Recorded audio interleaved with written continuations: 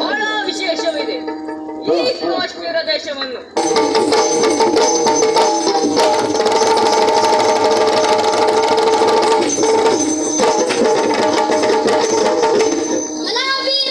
ನಮಗೂ ನಿಮಗೂ ಯಾವ ವೈರವೂ ಇಲ್ಲದೆ ನಾರಿಯೊಂದಿಗೆ ಸೇನೆ ಸಹಿತ ನಮ್ಮಲ್ಲಿವರೆಗೆ ದುರವನ್ನು ಬಯಸಿ ಬಂದಿದ್ದೇ ಅಲ್ಲ. ಇದು ನಿನ್ನ ಅಂತ್ಯಕಾಲ ಅಂತ ಭಾವಿಸು. ನಿನ್ನನ್ನು ತಡೆದು ಮಾತನಾಡುತ್ತಿರುವವರು ಈ ನಾಡಿನ ಮಹಾಮಂತ್ರಿ ಹಾಗೂ ಸೇನಾಧಿಪತಿ. ನಮ್ಮ ಮಾತನ್ನು ಕೇಳಿ ಕಾಲಿಗೆ ಬುದ್ಧಿ ಹೇಳಿದರೆ ಬದುಕಿಕೊಳ್ಳುತ್ತೀಯ. ನಮ್ಮನ್ನು ವಿರೋಧಿಸಿ ಸಮರಕ್ಕೆ ಮುಂದಾದರೆ ನಮ್ಮ ಕೈಯಲ್ಲಿ ನಿನ್ನ ಸಾವು ಖಂಡಿತ. ಜತನ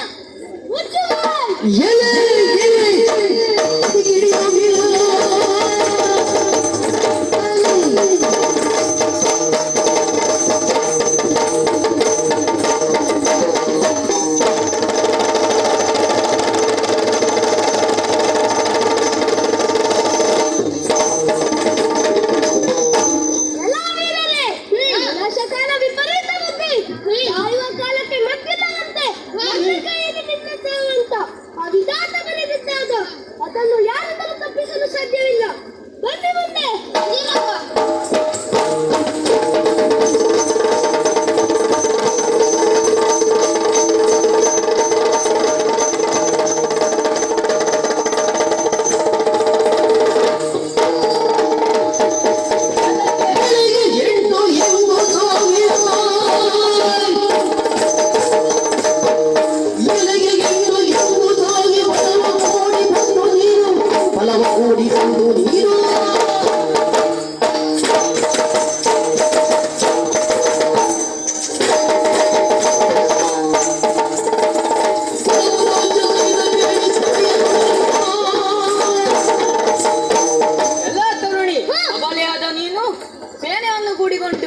ನಮ್ಮ ಪುರಕ್ಕೆ ಬಂದಿ ಅಲ್ಲ, ನೀನ್ಯಾರು? ನಿನ್ನ ರಾಜ್ಯದಲ್ಲಿ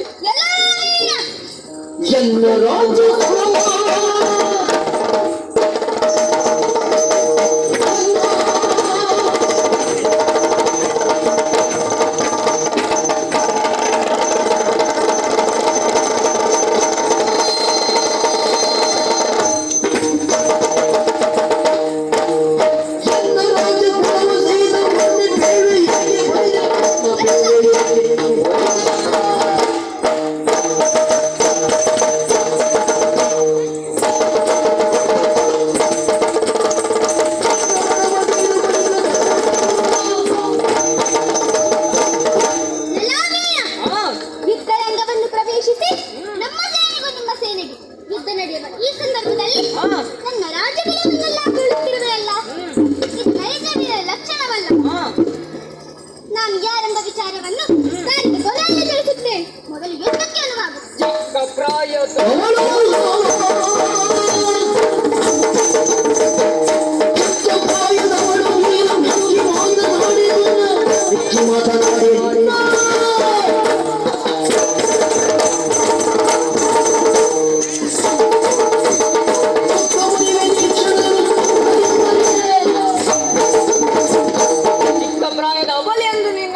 ಎನಿಸಿದರೆ ಸೊಕ್ಕಿನ ಮಾತನ್ನೇ ಆಡುತ್ತಿದ್ದೀಯಲ್ಲ. ಮಿಕ್ಕಿ ಮಾತಾಡಿದರೆ ನಿನ್ನ ಸೊಕ್ಕನ್ನೇ ಮುರಿದು ಬಿಟ್ಟೇನು.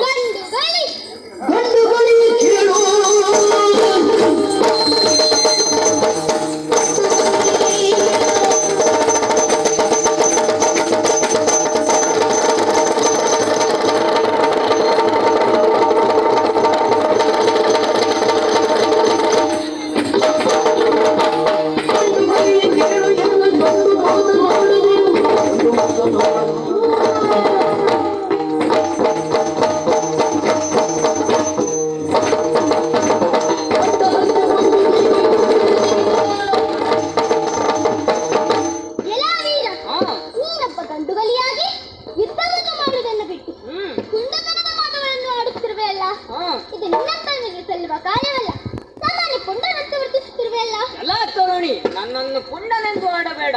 ನಾನೊಬ್ಬ ಗೊಂಡು ಬಲೆ ಎಂದು ತಿಳಿ. ಬಲೆಯಾದ ನೀನು ಲಕ್ಷಗಟ್ಟಲೆ ಸೇನೆಯನ್ನು ಕೂಡಿಕೊಂಡು ಭೂತಳದಿನ ಅರಸನನ್ನು ಗೆಲ್ಲಬೇಕೆಂದು ಹೊರಟಿರಲ್ಲ. ಇದರಿಂದ ನಿನಗೆ ಬಿಂಡೆ ಎಂದು ಕರೆಯಬೇಕಾಗುತ್ತದೆ.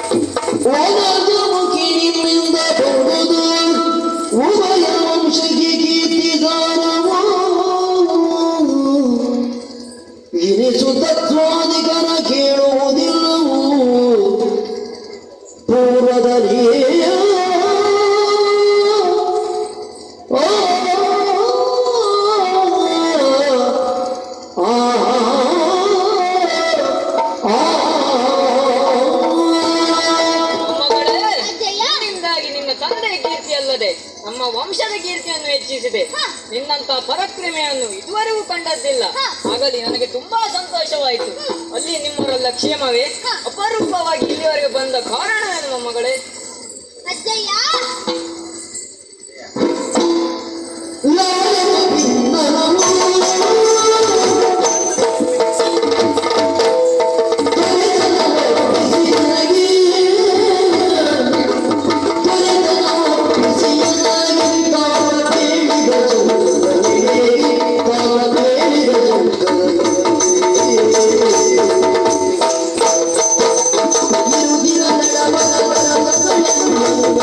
you